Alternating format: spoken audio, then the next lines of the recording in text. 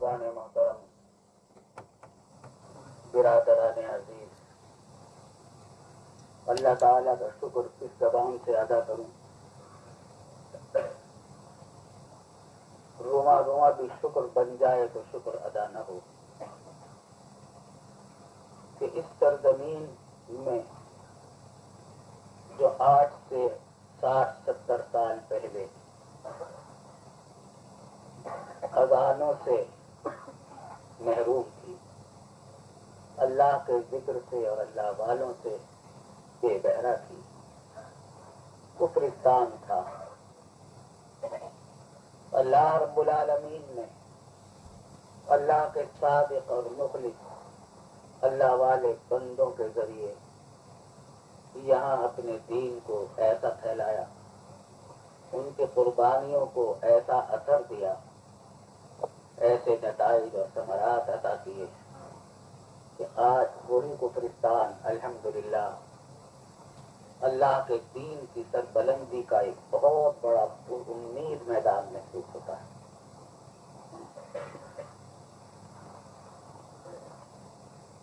یہاں وہ محنتیں رنگ لا رہی ہیں جو اللہ کے دین کی دعوت کے لیے یہاں کی گئی اور قربانیاں دی گئی۔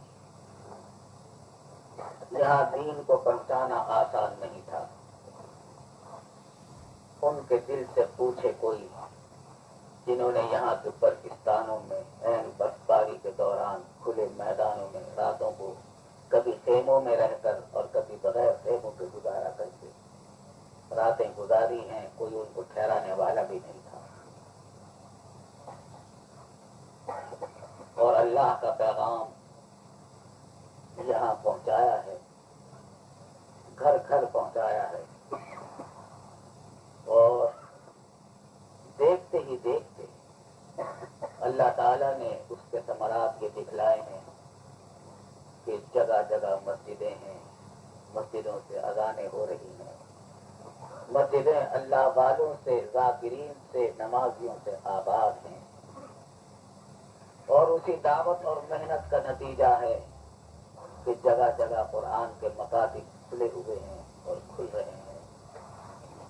پاکستان، ہندوستان اور بنگلہ دیش میں جو خاندان دین سے بے بہرا تھے، وہاں نمازیں نہیں پڑھتے، داڑیاں نہیں رکھتے، بچوں کو دین قرآن کی تعلیم نہیں دلواتے تھے، دھیان ہی نہیں تھا، یہاں آئے تھے ملازمتوں اور مزدوریوں کے لیے، تجارت کے لیے، یہاں اس دعوت اور محنت کے ثمرات نے ان کو یہ توفیق دی کہ ان کی زندگیوں میں یہاں انقلاب آیا۔ آئے تھے وہاں سے داڑھی مونڈے ہوئے، جب یہاں سے واپس گئے تو ان کے چہرے پر سنت کا نور تھا۔ الحمدللہ الحمدللہ، اللہ کے راستے میں جو محنتیں کی جاتی ہیں، قربانیاں دی جاتی ہیں، کبھی بیکار نہیں جاتی، کبھی رائے گا نہیں جاتی۔ ذرا دیکھیے تو صحیح کہ غزوہ احزاب کے موقع پر، غزوہ خندق کے موقع پر تاجدار دو عالم سرور کونین محمد مصطفیٰ صلی اللہ علیہ وسلم فداء ابی و امی، خندق میں کھودتے کھودتے جب وہ چٹان آ گئی جو کسی سے خود نہیں رہی تھی، آپ کو بلایا گیا، دکھایا گیا کہ کسی سے ٹوٹتی نہیں ہے، تو آپ نے ایک کدال ماری بسم اللہ پڑھ کر، اور پھر دوسری کدال ماری اور تیسری کدال ماری، اور آپ نے فرمایا کہ مجھے پہلی اور دوسری اور تیسری کدال پر جب ماری ہے تو مجھے قیصر اور کسریٰ اور یمن کے محلات دکھائی گئے ہیں اور اس کے خزائن دکھائی گئے، پیش کیے گئے۔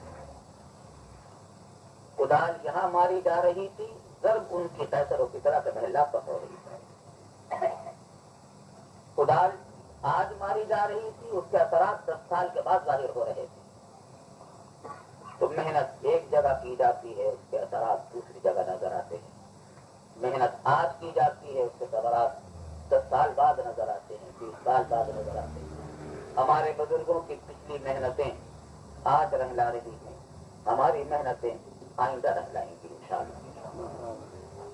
ہماری نسلوں کو ان سے فائدہ پہنچے گا. ہم رخصت ہو جائیں گے اس دنیا سے اور ہماری نسلیں یہاں اس دنیا میں اس علاقے میں ہوں گی اور انشاءاللہ تعالی آج کی ہوئی محنتوں کے وارث ہماری وہ نسل ہوگی اور اس محنت کو آگے بڑھائی.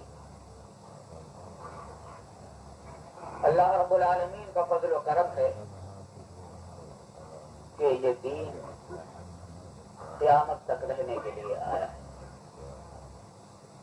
رسول اللہ صلی اللہ علیہ وسلم کے بعد کوئی نیا نبی آنے والا نہیں ہے. حضرت صلی اللہ علیہ وسلم جو کام امت کی فلاح کے لیے اور اجتماعی نوعیت کے لیے اور دین کی اس اشاعت تحفظ اور بقا کے لیے اور اس کی حفاظت کے لیے جو کام کرتے ہوئے اس دنیا سے رخصت ہوئے تھے ان تمام کاموں کی ذمہ داری آپ صحابہ کرام کے سپرد کر گئے تھے. اور اللہ رب العالمین نے رسول اللہ صلی اللہ علیہ وسلم کو ایسے تابع دار صحابی عطا فرمائے کہ زمین و آسمان نے ان کے بعد کوئی ایسے انسان نہیں دیکھے. ایسے عظیم انسان تھے صحابہ کرام. ایک ایک صحابی نمونہ تھا رسول اللہ صلی اللہ علیہ وسلم.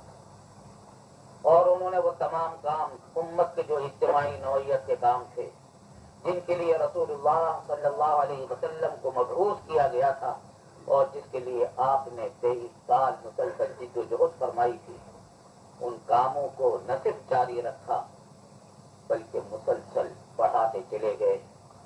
اور جب صحابہ کرام کا قرن ختم ہو رہا تھا تو ان کی ذمہ داریاں تابعین سنبھال چکے تھے اور تابعین رخصت ہوئے تو ان کی ذمہ داریاں تبع تابعین نے سنبھالی اور یہ دین اس طریقے سے ہم تک پہنچا ہے.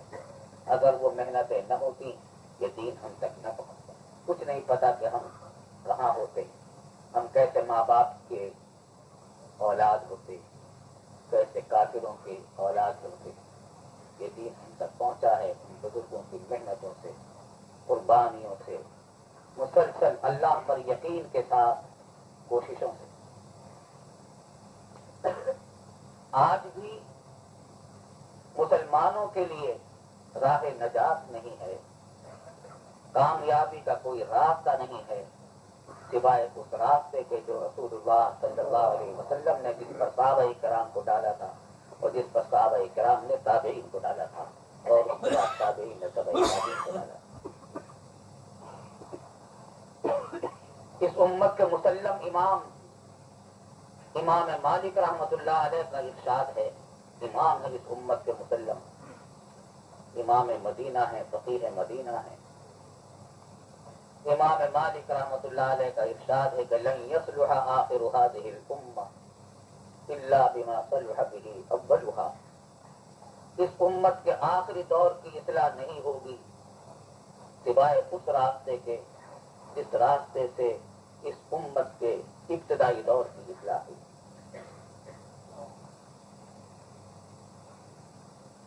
وہ کیا کام ہو رہے تھے پہلے رسالت میں, مکی زندگی, مدینے کی زندگی میں, اور پھر صحابہ کرام اس امت کے لیے کیا کر رہے تھے کام.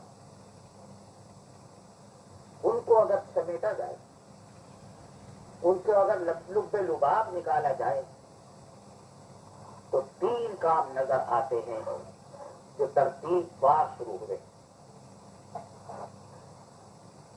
سب سے پہلا کام جو سب سے پہلی وحی کے ساتھ شروع ہوا, باران کی چوٹیوں پر غار حرا میں اللہ کو جو سب سے پہلا پیغام جبریل امین علیہ السلام لے کر آئے اور رسول اللہ صلی اللہ علیہ وسلم کو پہلی وحی پہنچائی, وہ ان الفاظ سے شروع ہو رہی تھی کہ اقرأ بسم ربک الذی خلق, پڑھیے آپ اپنے اس رب کے نام سے جس نے پیدا کیا ہے سب چیزوں ساری کائنات. اقرأ پڑھ, اقرأ بسم ربک الذی خلق خلق الانسان من علق. اقرأ وربک الاکرم الذی علم بالقلم علم الانسان ما لم یعلم.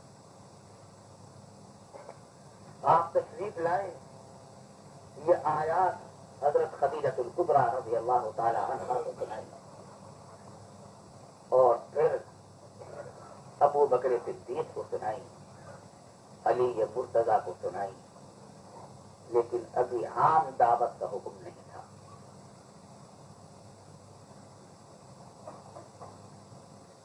وہی کا سلسلہ کافی عرصے منقطع رہا.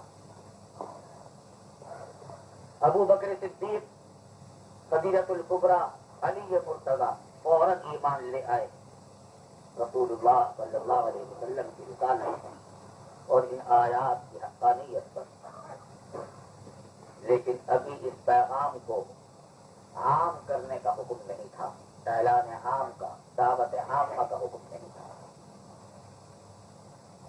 لیکن جو آیات آ گئی تھی مخصوصین کو وہ سنائی جا رہی تھی، پڑھائی جا رہی تھی، سکھائی جا رہی تھی. قرآن کریم نے دوسری جگہ کہا لقد من اللہ علی المؤمنین اذ بعث فیہم رسولا من انفسہم یتلو علیہم آیاتہ ویزکیہم ویعلمہم الکتاب والحکمہ. کہ اللہ نے بڑا احسان کیا ہے مومنین پر کہ ان کے اندر ایک ایسی ذات کو مبعوث کیا، بھیجا، جو قرآن کریم پڑھ کر ان کو سناتی ہے. یتلو علیہم آیاتہ ویزکیہم، اور ان کے عقائد اور اعمال اور اخلاق کا تزکیہ کرتی ہے، اعمال و اخلاق کو سدھارتی ہے، اصلاح کرتی ہے. ویعلمہم الکتاب والحکمہ، اور کتاب یعنی قرآن، اللہ کی کتاب کو سکھاتی ہے ذات اقدس حضرت صلی اللہ علیہ وسلم، اور حکمت کی باتیں سکھاتے. تعلیم کا کام شروع ہو گیا تھا، لیکن دعوت کا کام کرنے کی ابھی اجازت، دعوت عامہ کا کرنے کا حکم نہیں آیا. کافی عرصے وحی کا سلسلہ منقطع رہا اور جبریل امین علیہ السلام اس عرصے میں نہیں آئے. آپ کو بے تابی سے انتظار رہتا تھا. ایک دن پھر جب آپ غار حرا میں مصروف عبادت تھے اور وہاں سے واپس تشریف لا رہے تھے، وادی زیاد میں جب گزر رہے تھے، تو جبریل امین علیہ السلام پھر اپنی پہلی بار اصلی صورت میں ظاہر ہوئے. طویل واقعہ ہے، اور اس وقت جو اللہ کا پیغام آیا وہ یہ تھا کہ یا ایھا المدثر قم فانذر وربک فکبر وثیابک فطہر والرجز فاہجر. اس کے اندر آپ کو حکم دیا گیا کہ قم فانذر، آپ اٹھیے اور اللہ کے عذاب سے لوگوں کو ڈرائیے. انذار کی ڈرائی، اللہ کے عذاب سے، آخرت کے عذاب سے لوگوں کو ڈرائیے. جو ایمان سے دور ہیں ان کو ایمان کی دعوت دی. اور فرمایا گیا دوسری جگہ بعد میں فاصدع بما تؤمر، آپ کھل کر اعلان کر دیجیے اس پیغام کا جس کا آپ کو حکم دیا گیا ہے. ببانگ ڈول اعلان کر دیجیے. چنانچہ آپ نے کوہ صفا پر چڑھ کر اللہ کا پیغام پہنچایا. یہ پہلا موقع تھا جب آپ نے دعوت عام دی ہے. تمام قبائل خاندان قریش کے خاندانوں کو نام لے لے کر پکار کر دعوت دی ہے اللہ کے دین. اب دعوت کا کام بھی شروع ہو گیا. تعلیم کا کام پہلے سے چل رہا تھا، تعلیم دین کا، تعلیم و تربیت کا. اب یہ دوسری ذمہ داری بھی آپ پر آ گئی کہ آپ یہ دعوت اب دوسروں تک پہنچائیں، غیر مسلموں کو بھی پہنچائیں، جو مسلمان ہیں ان کو بھی مزید پہنچائیں اللہ کا پیغام. یہاں دیکھنے کی ایک بات ہے، سورہ مدثر میں فرمایا گیا کہ قم فانذر، آپ اٹھیے اور ڈرائیے، انذار کی. لفظ انذار کا مطلب سمجھیے. ہماری اردو اتنی وسیع زبان نہیں ہے کہ عربی کے ہر لفظ کا وہ ہر لفظ کی پوری ترجمہ نہیں کرتی. انذار کا لفظ بھی ایسا ہی ہے کہ اردو میں کوئی ایسا لفظ نہیں ہے جو انذار کی پوری ترجمانی کرتا ہو. اکیلا کوئی لفظ نہیں، بلکہ یہ کئی لفظوں کو مجموعہ ملا کر اس کے مطلب کو واضح کیا جا سکتا ہے. مگر چونکہ اردو تنگ دامن ہے عربی زبان کے مقابلے میں، اس واسطے عام طور سے اس کا ترجمہ ڈرانے سے کر دیا جاتا ہے، لیکن در حقیقت ڈرانا اس کا کافی ترجمہ نہیں. انذار کے معنی ہے کسی کو شفقت اور محبت کے ساتھ کسی نقصان سے بچانے کے لیے ڈرانا. کسی کو شفقت، محبت اور خیر خواہی کے ساتھ نقصان سے بچانے کے لیے خیر خواہی کے ساتھ ڈرانا. جیسے کہ ماں اپنے بچے کو ڈراتی ہے، بیٹا چولہے کے پاس نہ جانا، ہاتھ جل جائے گا. چھت کے اوپر سے جھانک رہا ہے بچہ، بیٹا زیادہ نہ جھکنا، گر جاؤ گے. جس طرح ماں اپنے بچے کو نقصان سے بچانے کے لیے گہری شفقت و محبت کے ساتھ، انتہائی خیر خواہی کے ساتھ ڈراتی ہے نقصان سے، اس ڈرانے کا نام انذار ہے. ایک ڈرانا شیر کا ہوتا ہے کسی انسان کو، ایک ڈرانا کسی دشمن کا ہوتا ہے، کسی انسان کو گولی لے کر کھڑا ہو گیا کہ خود کر دوں گا. انذار اس کو نہیں کہتے. لاٹھی اٹھانی کے ماروں گا اس کو انذار نہیں کہتے. انذار اس انذار کو کہتے ہیں جو ماں کرتی ہے اپنے بچے کو. تو معلوم ہوا کہ رسول اللہ صلی اللہ علیہ وسلم کو حکم اس طرح کے ڈرانے کا نہیں تھا کہ لوگوں کے سینوں پر پستول رکھ کر ڈرائیں کہ تم ایمان لے آؤ ورنہ قتل کر دیے جاؤ گے. یہ نہیں تھا، بلکہ ماں کی طرح شفقت کے ساتھ لوگوں کو اللہ کے عذاب سے باخبر کرنا تھا کہ اللہ کا عذاب موجود ہے، اس سے خدا کے لیے بچ جاؤ. تمہارا خیر خواہ بن کر آیا ہوں، تمہارے اوپر مہربان بن کر آیا ہوں، رؤوف اور رحیم بن کر آیا ہوں، رحمت للعالمین بن کر آیا ہوں. معلوم ہوا کہ داعی کا کام، مبلغ کا کام، اللہ کے دین کی دعوت دینے والے کا کام لوگوں کو عام طور سے طریقہ جو ڈرانے کا ہے وہ طریقہ نہیں ہے، بلکہ ماں کی طرح ڈرانے کا طریقہ ہے. خیر خواہی سے ڈراؤ، گہری شفقت کے ساتھ ڈراؤ، اور گہری شفقت کے ساتھ وہی ڈرا سکتا ہے جس کے دل میں خود اللہ کا ڈر اور خوف سمایا ہوا. مجھے اپنے بچپن کا واقعہ اس وقت یاد آ رہا ہے، اور اس موقع ہی کی وجہ سے زیادہ یاد آ رہا ہے، بار بار یاد آ رہا ہے.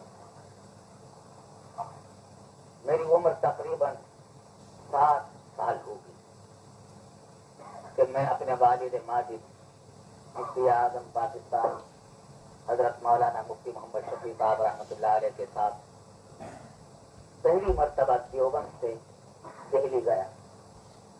وہاں جو شاہ قلعہ وغیرہ یہ سب چیزیں والد صاحب رحمۃ اللہ علیہ نے ہمیں دکھائی. بچہ تھا میں، پھر نظام الدین بھی تشریف لے گئے، مزار پر بھی حاضر ہوئے، اور پھر نظام الدین میں تشریف لے گئے. تو مجھے تو بعد میں پتہ چلا کہ وہ کیا جگہ تھی، وہ کون بزرگ تھے. تو وہاں کچھ لوگ جمع تھے، ایک نوجوان جن کی خوبصورت داڑھی تھی وہ بھی وہاں موجود تھے، متعدد حضرات تھے. بعد میں پتا چلا کہ یہ نوجوان تھے یہ حضرت مولانا محمد یوسف صاحب رحمۃ اللہ علیہ، حضرت مولانا محمد الیاس صاحب رحمۃ اللہ علیہ کے ساتھ جلیل القدر صاحب. ان سے کچھ باتیں ہوئی اور والد صاحب وہاں سے واپس آنے لگے. اتنا یاد ہے کہ کسی کی مزاج پرسی کی. واپس آنے لگے، دروازے کے قریب پہنچے تو پھر پیغام آیا، وہی نوجوان دوبارہ آئے کہ حضرت آپ کو بلا رہے. تو اندر لے گئے تو ایک کھوڑی چارپائی کے اوپر بہت ہی منحنی سی شخصیت، سفید امامہ باندھے ہوئے، یوں کروٹ سے لیٹی ہوئی، نہیں کمزور. بعد میں پتہ چلا والد صاحب رحمۃ اللہ علیہ نے بتایا کہ حضرت مولانا محمد الیاس صاحب رحمۃ اللہ علیہ تبلیغ کے بعد والد صاحب رحمۃ اللہ علیہ کو اصرار کر کے انہوں نے اپنی چارپائی پر بٹھا لیا. مرد وفات تھا حضرت مولانا محمد الیاس صاحب رحمۃ اللہ علیہ.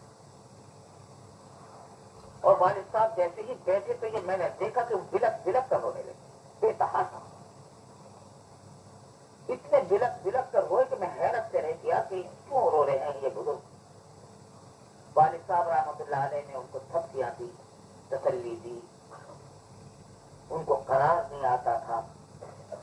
کچھ فرمایا تو ایک دم سے کچھ ٹھنڈک سی پڑ گئی اور خاموش ہو گئی. اور باتیں کیا تھی وہ مجھے اس وقت نہیں سمجھ میں آئی، بچہ تھا. لیکن والد صاحب رحمۃ اللہ علیہ بعد میں وہ باتیں سنایا کرتے تھے. کیا بات ہے، وہ کیوں روئے تھے، انہوں نے کیا کہا تھا، اور والد صاحب رحمۃ اللہ علیہ نے اس کا کیا جواب دیا تھا اور تسلی کس طرح دی. والد صاحب رحمۃ اللہ علیہ فرماتے تھے کہ حضرت مولانا محمد الیاس صاحب رحمۃ اللہ علیہ نے جیسے ہی مجھے دیکھا، بہت محبت تھی آپ اس کا، پہلے سے بہت تعلق تھا. جیسے ہی مجھے دیکھا تو اپنی تکلیف کو وہ بھول گئے اور بلک بلک کر رونے لگے. مجھے سمجھ میں نہیں آتا تھا کیوں رو رہے ہیں، بولا نہیں جا رہا تھا. ذرا کچھ سکون ہوا تو انہوں نے فرمایا کہ مجھے ڈر یہ لگ رہا ہے، جب میں نے یہ کام شروع کیا تھا مجھے دور دور توقع نہیں تھی کہ یہ کام کتنا پھیلے گا، اتنی دور دور تک اتنی میری زندگی میں پھیل جائے گا. یہ دیکھتے ہی اتنا پھیل گیا ہے کہ میرے وہم و گمان میں نہیں تھا. مجھے ڈر یہ لگ رہا ہے کہ کہیں یہ استدراج تو نہیں. استدراج اس کو کہتے ہیں کہ کوئی شخص غلط راستے پر چل رہا ہو، نافرمانی کے راستے پر، اور اللہ تعالیٰ اس کو ڈھیل دے دے، پکڑے نہیں، روکے نہیں، ڈھیل دے دے اور وہ یہ سمجھے کہ میں تو بڑا اچھا کام کر رہا ہوں اور اسی کا وہ مست ہو جائے، مدد ہو جائے. جیسا کہ فرعون کے ساتھ ہوا، حامان کے ساتھ ہوا، قارون کے ساتھ ہوا اور دوسرے بہت سارے کافروں کے ساتھ ہوا کہ نافرمانی وہ کرتے ہیں، ان کو بادشاہت بھی ملتی ہے. وہ اس میں اور گھمنڈ میں آ جاتے ہیں کہ بس ہمیں ٹھیک ہے، جب ورنہ اگر اللہ ناراض ہوتا تو ہمیں یہ چیزیں کہاں ملتی.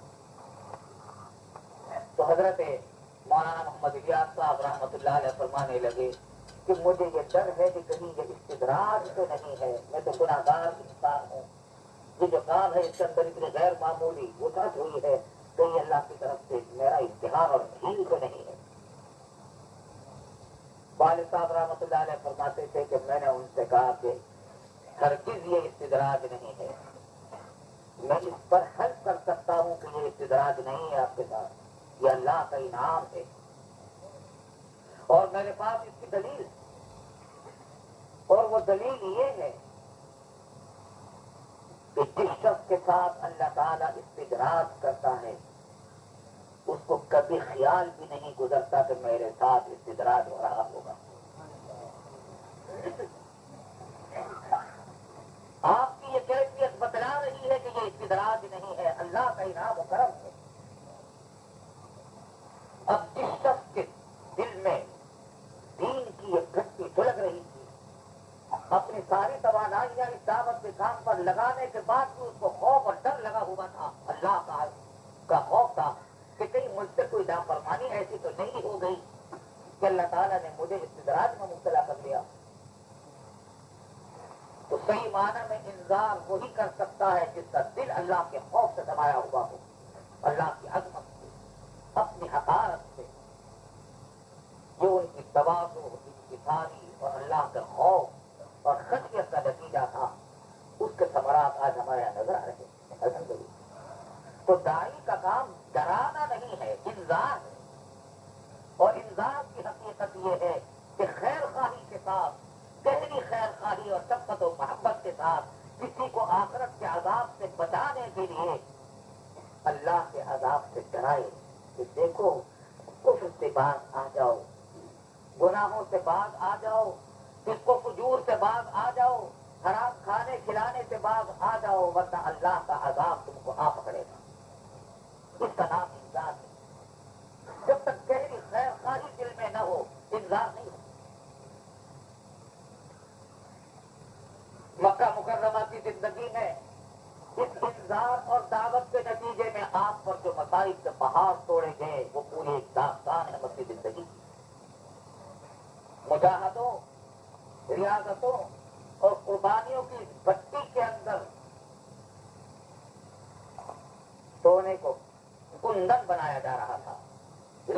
کیا جا رہا تھا، نفس کو کچلا جا رہا تھا، کوڑے پڑ رہے تھے بدن پر بلال حبشی کے، کیچڑ اچھالی جا رہی تھی تاجدار دو عالم صلی اللہ علیہ وسلم پر، نجاستیں پھینکی جا رہی تھی، گالیاں دی جا رہی تھی، حکم تھا کہ سختی کا جواب سختی سے نہ دو، گالیوں کا جواب دعاؤں سے ملتا تھا۔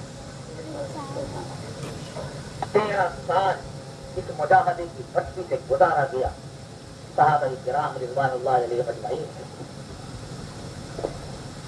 اور پھر حکم ہوا کہ اس بیت اللہ کی دیوار اور پڑوس کو جو آبائی وطن ہے، جہاں ماں باپ اور باپ دادا کی ہڈیاں مضبوط تھیں، اس وطن کو، آبائی وطن کو، اور سب سے بڑی بات یہ کہ بیت اللہ کی دیوار کو چھوڑ کر اس وطن کو خیر بات کہہ دو، اللہ کے راستے میں ہجرت کر جاؤ۔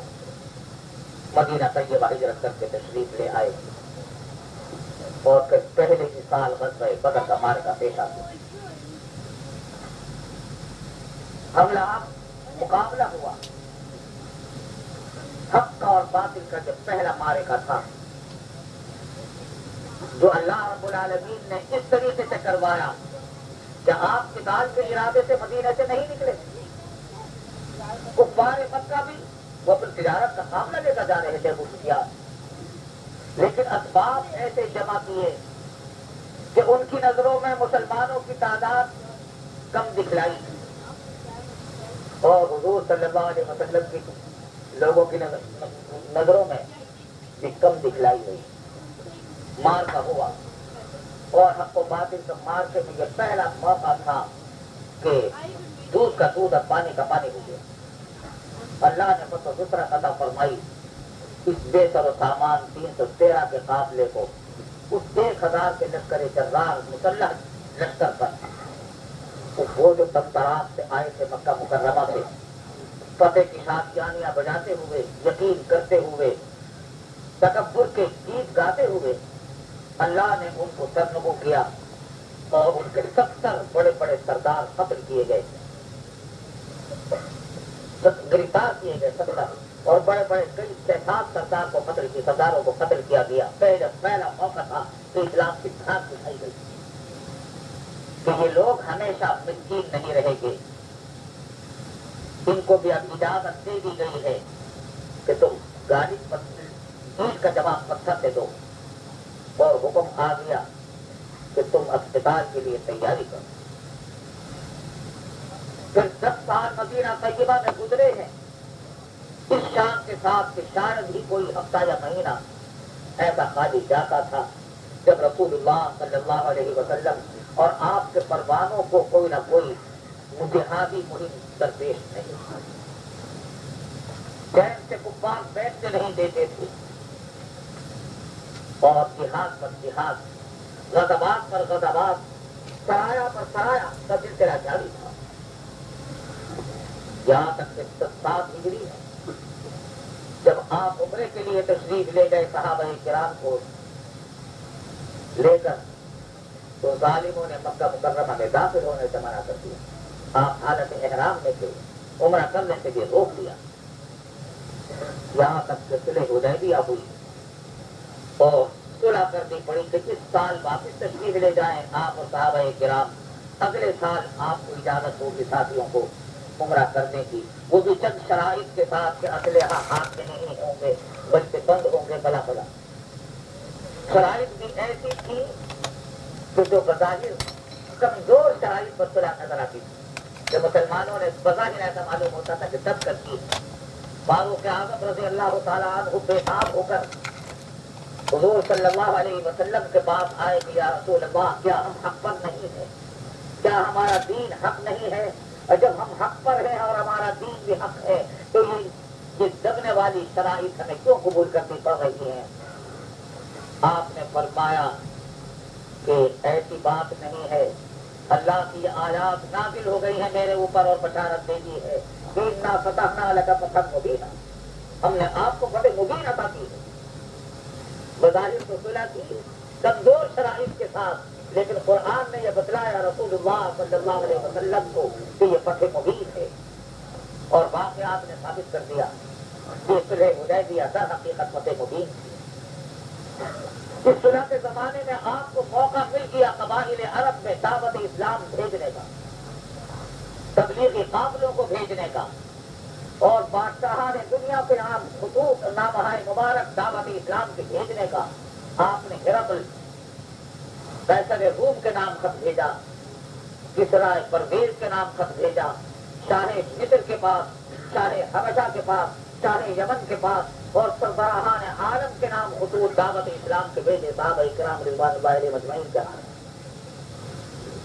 یہ اللہ کے ولی، اللہ کے بندے، صحابہ کرام، رسول اللہ صلی اللہ علیہ وسلم کے غلام اتنے مختلف زبانوں کے ملکوں کی طرف جا رہے تھے۔ کوئی مصر جا رہا تھا، وہاں مصری زبان جاننے کی ضرورت تھی، کوئی شام جا رہا تھا، وہاں شامی زبان جاننے کی ضرورت تھی، کوئی افریقہ میں حبشہ جا رہا تھا، وہاں حبشے کی زبان جاننی ضروری تھی، کوئی کہیں جا رہا تھا، ہر جگہ کی زبانیں الگ ہیں۔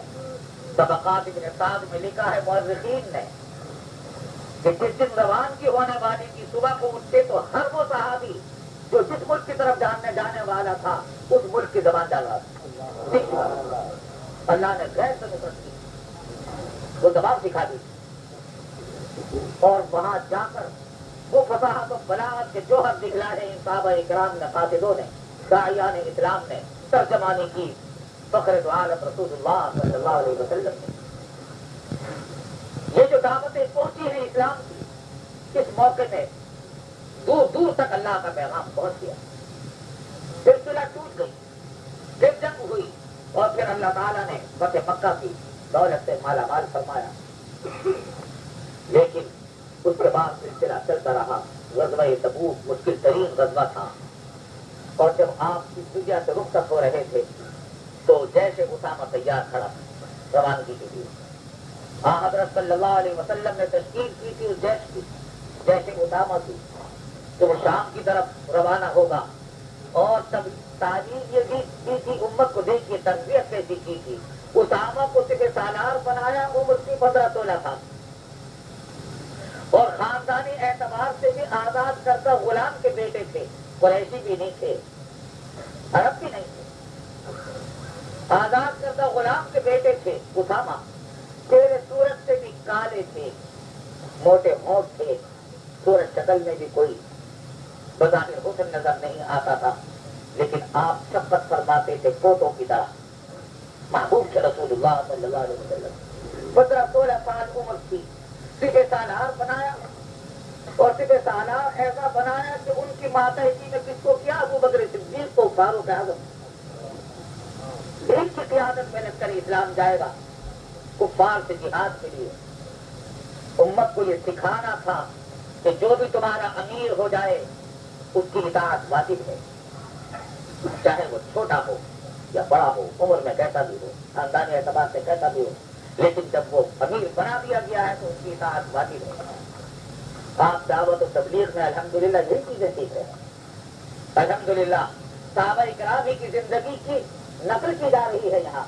تبلیغی قافلے جاتے ہیں، آپ کے امیر مقرر کیے جاتے ہیں، اس میں کسی کو یہ پوچھنے کی جرت ہونی بھی نہیں چاہیے، اور یہی تربیت ہے کہ ہم پر اس کو کیوں امیر مقرر کیا گیا، اس کو امیر مقرر کر دیا گیا، وہ امیر، اس کی اطاعت واجب۔ غرض یہ کہ ہجرت مدینہ کے بعد یہ تیسرا فریضہ بھی، تیسرا عمل بھی شروع ہو گیا، جہاد فی سبیل اللہ۔ پہلا عمل تعلیم و تربیت کا غار ہرا سے اور دار ارقم سے شروع ہو چکا تھا۔ دوسرا عمل دعوت و تبلیغ کا سورہ مدثر کے نزول کے وقت سے شروع ہو چکا تھا اور جاری رہا آخر حیات تک۔ اور تیسرا عمل ہجرت مدینہ کے بعد جہاد کا شروع ہو گیا تھا، یہ بھی آخر حیات تک جاری رہا۔ یہ تینوں کام تھے، تعلیم و تربیت، تبلیغ اسلام اور جہاد فی سبیل اللہ۔ یہ تین کام رسول اللہ صلی اللہ علیہ وسلم آخر حیات تک کر رہے تھے، اور یہی کرتے کرتے اس دنیا سے رخصت ہوئے تھے۔ اور ان تینوں کاموں کا امین آپ نے صحابہ کرام کو بنایا تھا، اور صحابہ کرام نے اس امانت کو جس حسن و خوبی کے ساتھ آگے بڑھایا ہے، دنیا نے وہ تماشا دیکھا کہ دیکھتے ہی دیکھتے وہ پوری دنیا کے معلم تھے، اور ان کے تبلیغی مقابلوں کے لیے دشمنان اسلام اپنے دلوں کے دروازے کھول رہے تھے، اور جو دروازہ بند کیا گیا ان کو پیغام دیا گیا کہ یا تو ہمارے لیے اللہ کا پیغام پہنچانے کا راستہ کھول دو، اگر تم کلمہ اسلام پڑھ لیتے ہو تو ہمارے بھائی بن جاؤ گے، اور اگر کلمہ اسلام نہیں پڑھتے تو ہم تمہیں مجبور نہیں کرتے، زبردستی ہم تمہیں مسلمان نہیں بنائیں گے، لا اکراہ فی الدین، دین کے اندر کوئی زبردستی نہیں ہے، لیکن ہمارے لیے دعوت کا راستہ تمہیں کھولنا پڑے گا، ہم سے صلح کر لو شرائط پر، جن میں سے پہلی شرط یہ ہوتی ہے کہ ہم دعوت دے سکیں عوام الناس کو، اللہ کا پیغام اس دنیا کے اس کنارے سے لے کر دوسرے کنارے تک پہنچا سکے دعوت اللہ کے دین کی، اور اگر اس کو بھی تم قبول نہیں کرتے تو ہمارے اور تمہارے درمیان فیصلہ کرے گی تلوار، تو کہیں تلوار سے فیصلے ہوئے، کہیں مصالحت سے فیصلے ہوئے، اور کہیں عامت الناس نے خود ہی اپنے بادشاہوں کے تخت و تاج الٹ کر پھینک دیے اور انہوں نے تبلیغی قافلوں کا استقبال کیا، مجاہدین اسلام کا استقبال کیا۔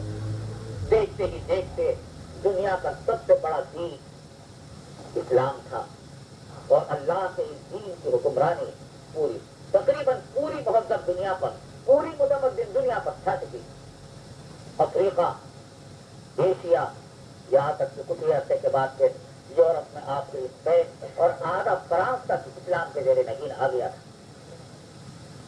امت نے یہ تینوں کام جاری رکھے جب تک یہ تینوں کام اسی اخلاص کے ساتھ، صحابہ کرام کے نقالی کے ساتھ، رسول اللہ صلی اللہ علیہ وسلم کی سنت کی پیروی کے ساتھ انجام دیے جاتے رہے۔ مسلمان پوری دنیا کے معلق بھی تھے، مسلمان پوری دنیا کے میر کارواں بھی تھے، مسلمان پوری دنیا کے حکمران بھی تھے، اور پوری دنیا کے لیے داعی اسلام بھی تھے۔ جو ہمارے ان کاموں میں فتور اور کمزوری پیدا ہوئی، ہماری ہم عظمتوں سے ذلت کی طرف لڑکتے چلے گئے، ہم نے دینی تعلیم کو چھوڑ کر دنیا کی تعلیم، پیسے کمانے کے لیے دین کی تعلیم سے منہ موڑا،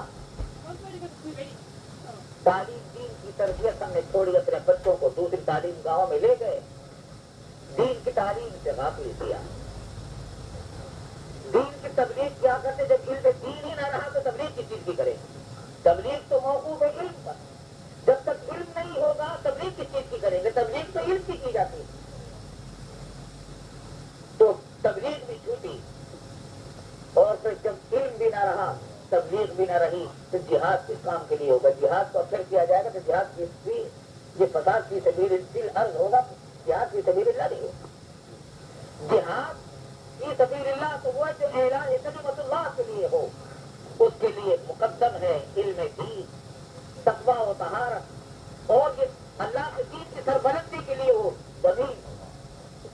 زمینوں پر قبضے کرنے کے لیے نہ ہو، حکومت و اقتدار حاصل کرنے کے لیے نہ ہو، مال و دولت چھیننے کے لیے نہ ہو، بلکہ خلق خدا کو اللہ کی نافرمانی سے بچانے کے لیے، خلق خدا کو مخلوق کی حکمرانی سے بچا کر اللہ کی حکمرانی میں داخل کرنے کے لیے ہو، تو وہ جہاد کی سبیل اللہ ہے۔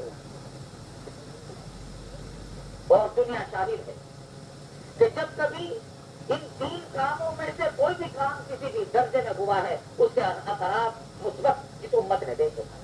الحمدللہ یہ تبلیغ کا کام ہوا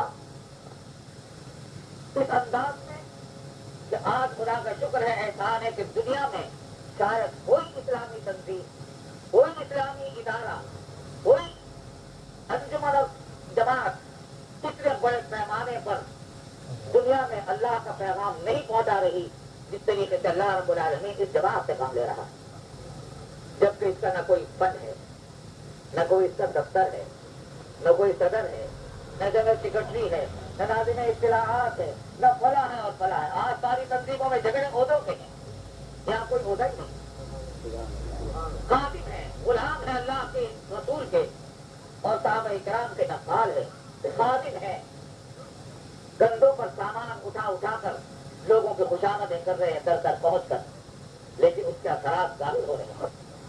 تعلیم و تربیت یہ دعوت اسلام کا نتیجہ ہے کہ یہاں مسجدیں اور مدرسے نظر آ رہے ہیں۔ اگر یہ تبلیغ نہ ہوتی کوئی مدرسہ وجود میں نہیں آ سکتا تھا، کوئی مسجد تعمیر نہیں ہو سکتی۔ یہ تبلیغ کے رہی نے منت ہے یہاں کے مدارس اور الحمدللہ مکاتب قرآنیہ پھیل رہے ہیں، اور اب تو انگلستان میں الحمدللہ میں دیکھ رہا ہوں کہ بڑے بڑے دارالعلوم قائم ہو رہے ہیں۔ اللہ کا بڑا فضل و کرم ہے۔ آپ کے اسی مرکز میں درس نظامی کی پوری تعلیم ہو رہی ہے۔ بری میں ماشاءاللہ اس سے بھی پہلے ایک بڑا مدرسہ کام کر رہا ہے، اس کے فاضلین سے میری ملاقاتیں ہوئیں، وہ جو عظیم الشان دین سے کام انجام دے رہے ہیں، کچھ کو میں نے دیکھا کہ وہ البانیہ میں کام کر رہے ہیں، کچھ کو میں نے دیکھا کہ انگلینڈ میں بڑا اچھا کام کر رہے ہیں۔ الحمدللہ دل سے دعائیں نکلتی ہیں کہ یہ محنتیں ہو رہی ہیں، تعلیم و تربیت کے میدان میں مکاتب قرآنیہ میں ہو رہی ہیں، درس نظامی کے مدارس میں ہو رہی ہیں۔ ابھی نوٹنگم وہاں جانا ہوا، ماشاءاللہ ایک بڑا مدرسہ وہاں قائم ہوا، وہاں اس کو دیکھ کر دل باغ باغ ہو گیا، دل سے دعائیں نکلتی ہیں کہ الحمدللہ یہاں کے حضرات علماء کرام، حفاظ، قراء کرام، داعیان اسلام، مبلغین اسلام کی قربانیاں رنگ لا رہی ہیں۔ اور ایک بات میں یہ دیکھتا ہوں کہ یہاں کی مسجدیں مجھے تو پاکستان کی مسجدوں سے بھی زیادہ آباد نظر آتی ہیں۔ اللہ اکبر۔ یہاں جب اجتماعات سے میں خطاب کرتا ہوں تو ایک بات یہ دیکھتا ہوں کہ پاکستان کے اجتماعات میں اتنی داڑیاں نظر نہیں آتی جتنی داڑیاں الحمدللہ یہاں نظر آتی ہیں۔ یہاں جب اجتماعات سے میں خطاب کرتا ہوں تو ایک بات یہ دیکھتا ہوں کہ پاکستان کے اجتماعات میں اتنی داڑیاں نظر نہیں آتی جتنی داڑیاں الحمدللہ یہاں نظر آتی ہیں۔ یہ محنتوں کے نتائج ہیں۔ کبھی کبھی تو یہ خیال ہوتا ہے کہ شاید یہ محنتیں رنگ لا رہی ہیں اور دنیا کو یہ نظارہ دکھانے والی ہیں کہ اللہ اپنے قدرت کاملہ کا شاید ظہور اس طرح کرے کہ اسلام کی نشأت ثانیہ انگلستان سے ہو۔ وما ذلك على الله بعزیز انه على كل شيء قدیر۔ وہ موسیٰ کی پرورش فرعون سے کروا سکتا ہے تو اس انگلستان کی سرزمین کو اسلام کی نشأت ثانیہ کا بھی ذریعہ بنا سکتا ہے۔ شرط یہ ہے کہ یہ تینوں کام اپنے اپنی شرائط کے ساتھ، اپنے اپنے موقع محل کے ساتھ یہ امت انجام دیتی رہے گی۔ جو کام بھی جس جگہ پر شرعی حدود میں صحابہ کرام کی نقالی کے ساتھ رسول اللہ صلی اللہ علیہ وسلم کی سنت کے اتباع میں ہوگا، اس کے اثرات ظاہر ہوں۔ الحمدللہ تعلیم و تربیت کے میدان کو مدارس اسلامیہ نے سنبھالا، مکاتب قرآنیہ نے، دارالعلوموں نے، جامعات نے سنبھالا۔ اللہ کے فضل و کرم سے علماء تیار ہو رہے ہیں، اہل علم تیار ہو رہے ہیں، تصنیف و تعلیف کا سلسلہ جاری ہے، ریسرچ اور تحقیق ہو رہی ہے۔ جدید مسائل جو جدید سائنس اور ٹیکنالوجی نے طبی میدان میں، سیاسی میدان میں، قانون کے میدان میں پیدا کیے ہیں، ان کے حل فقہائے اسلام نکال رہے ہیں، کتابیں لکھی جا رہی ہیں۔ ایک وہ میدان ہے محنت کا، راتوں کو جاگ جاگ کر علماء اسلام الحمدللہ دین کی تعلیم اور تحقیق میں لگے ہوئے ہیں۔ طلبا اپنی جانیں کھپا رہے ہیں قال اللہ قال رسول کے سمجھنے میں، اور الحمدللہ اگرچہ وہ دیر سے شروع ہوئی، افغانستان میں آپ نے دیکھا جہاد ہوا۔ جب تک وہ جہاد اللہ کے راستے پر شریعت کی حدود میں ہوتا رہا، اللہ کی نصرت لوگوں نے اپنی آنکھوں سے مشاہدہ کی ہے۔ محسوس ہوتا تھا کہ فرشتے آسمان سے اتر رہے ہیں مدد لے کر۔ الحمدللہ اس ناچیز کو بھی افغانستان کے مارکے ارغون میں ایک چھوٹے سے مارکے میں حصہ لینے کی سعادت نصیب ہوئی۔ مجاہدین اسلام ہم جیسے کب ہمت لوگوں کو اپنے ساتھ لے گئے، تو انگلی کٹا کے شہیدوں میں نام لکھوانے والوں میں ہم بھی ہیں، لیکن اپنی آنکھوں سے جو وہاں مناظر دیکھے ہیں، واقعہ یہ ہے کہ صحابہ کرام کی یادیں تازہ ہو گئی۔ ایسا معلوم ہوتا تھا وہ سکون، وہ عین گولوں کی بارش میں اوپر سے شاؤں شوں کرتے ہوئے گولے گزر رہے ہیں، دائیں سے بائیں سے اوپر سے نیچے سے، اور پٹاپٹ پٹاپٹ پٹاپٹ بارش گولوں کی، اور وہ برابر میں پھٹ رہے ہیں، ان کے ٹکڑے اڑ اڑ کر آ رہے ہیں، لیکن ایسا معلوم ہوتا تھا کہ اس سے زیادہ سہانا وقت زندگی کے اندر کبھی نہیں آیا۔ اور اللہ کی قدرت اور نصرت کے ایسے ایسے واقعات وہاں رونما ہوئے ہیں کہ بچھوؤں نے مجاہدین اسلام کی نصرت کی ہے، پرندوں نے اس مجاہدین اسلام کی طرف سے جنگ کی ہے، اور خود دشمن کے بموں نے اسے مجاہدین اسلام کی مدد کی ہے۔ مولانا جلال الدین افغانی سے کا واقعہ میں نے سنا تھا، پھر میری ملاقات میں نے کہا میں آپ سے زبانی سننا چاہتا ہوں۔ ان کے اوپر محاصرہ کیا دشمن نے، بمبار تیاروں نے بم گرائے، تو یہ حضرات انہوں نے سرنگیں بنا رکھی تھی، اس کے اندر چھپ گئے اپنے ساتھیوں کو لے کر۔ ایک اور بمباری ہوئی، نتیجہ یہ ہوا کہ اوپر سے ایک پہاڑ کا ٹیلا گر پڑا اس سرنگ کے منہ کے اوپر اور سرنگ بند ہو گئی۔ یہ کہتے تھے کہ اب ہمارے بچنے کا کوئی امکان نہیں تھا، بس اب ہم لا الہ الا اللہ کا کلمہ پڑھ رہے تھے سب کے ساتھ، کیا بظاہر اسی میں شہادت ہوگی۔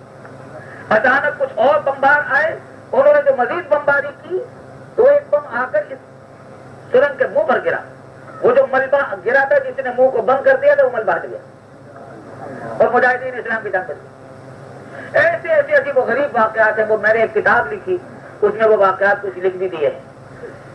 لیکن جب یہ جہاد ختم ہو گیا اور اقتدار کی جنگ شروع ہوئی تو وہ بدترین نمونہ بھی سامنے آیا جو افغانستان میں بعد میں رونما ہوا۔ اللہ تعالیٰ اس بدترین صورتحال سے نجات عطا فرمائے اور صحیح معنی میں جہاد کی توفیق عطا فرمائے۔ اب کے کچھ طالبان آئے ہیں، ان سے امیدیں ہیں کہ اللہ تعالیٰ ان کو اس کی صحیح طریقے پر چلنے کی توفیق عطا فرمائے۔ الحمدللہ یہ تینوں راستے ہیں، لیکن یاد رکھیے ہر ایک کام کے لیے کچھ شرائط ہیں، موقع محل ہے۔ یہ نہیں ہے کہ آدمی جہاں ہے جہاد شروع کر دے، جس طرح چاہے جہاد شروع کر دے۔ بعض لوگ نے جہاد کا نام لیا کہ مسلمانوں میں آپس میں لڑائی کا نام بھی جہاد رکھ دیا۔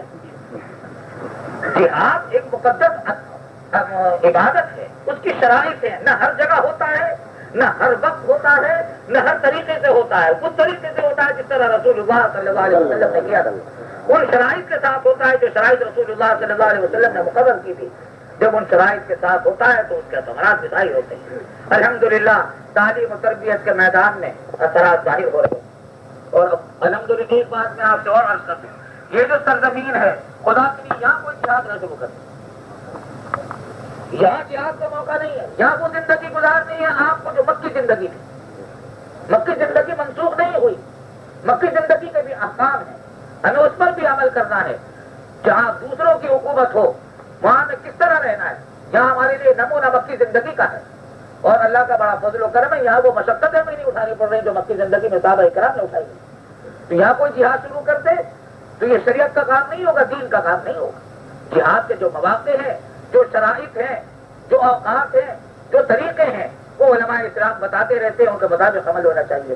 اللہ تعالی ہم سب کو ان تینوں میدانوں میں کام کرنے کی توفیق عطا فرمائے۔ ایک بات اور عرض کروں، اللہ تعالیٰ کسی کو ان تینوں میدانوں میں کام کی توفیق عطا فرمائے تو بہت بڑی سعادت۔ لیکن اگر کوئی تینوں میں نہیں لگ سکتا تو جس ایک کام میں بھی توفیق ہو جائے اس کو نعمت کبریٰ سمجھنا چاہیے۔ ایک بات۔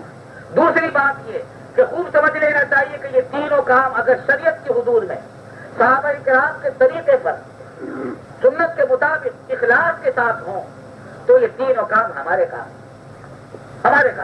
اگر کوئی مدرسہ چلا رہا ہے وہ بھی ہمارا کام کر رہا ہے، کوئی دعوت میں تبلیغ میں پھر رہا ہے وہ بھی ہمارا کام کر رہا ہے، اور اگر کوئی جہاد میں واقعی شرعی جہاد ہو رہا ہے اس کے اندر جان کی بازی لگا رہا ہے تو وہ بھی ہمارا کام کر رہا ہے۔ اور اگر کسی کو اللہ تعالیٰ تینوں میدانوں میں کام کی توفیق دے تو بہت بڑی سعادت ہے۔ حضرت عبداللہ بن مبارک جو مشہور امام ہیں، محدث بھی ہیں، بڑے درجے کے صوفی بھی ہیں، فقیہ اور مجتہد امام ہیں، انہوں نے اوقات مقرر کر رکھے تھے۔ ایک سال جہاد میں لگاتے تھے، ایک سال نفل حج میں جایا کرتے تھے۔ اللہ تعالی ہم سب کو دین کی ان کاموں میں لگنے اور دین کے لیے محنت کرنے کی اور قربانیوں کی توفیق عطا فرمائے۔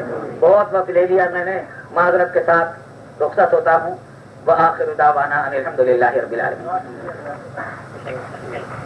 جی بھائی فرمائیں، ماشاءاللہ 4 ماہ کے لیے اللہ کے راستے کے لیے کون مدد ہو جائے۔